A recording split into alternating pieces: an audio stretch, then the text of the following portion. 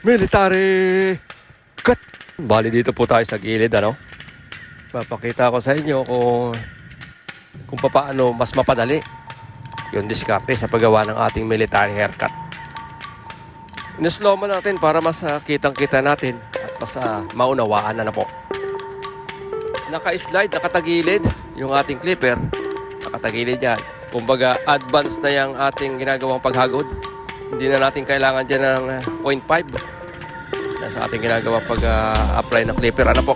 Yung pinakailalim ng clipper, ang siyang mas nakadiin yung sa balat at yung gawing ibabaw ay medyo nakaangat ng kaunti. Ano po? Para mas malinaw.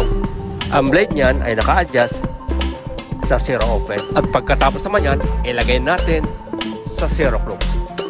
Ang hagod ng zero close ay dito sa ilalim ng zero open. Panoorin. Ayun no. At ito namang gitna, ang gagamitin natin ay yung tinatawag na halfway open.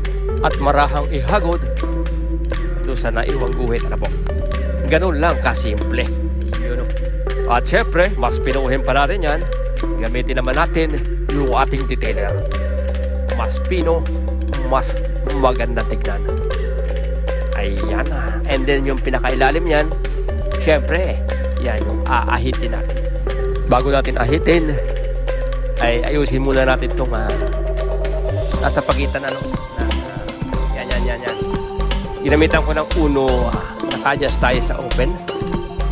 Tatanggalin ko lang yung parang dark spot na yun kasi yung ibabaw niyan ay bubulihin lang natin o paplangketahan lang natin. Katamang-katama na yan. Sakto na yan, maya lamang. Nilagyan na rin natin ng cortisan o tawag na iba, level cut. Ang tawag ko naman, devil cut. At ang may kasakura ay yung forma ay syempre ahita na. Ayun o.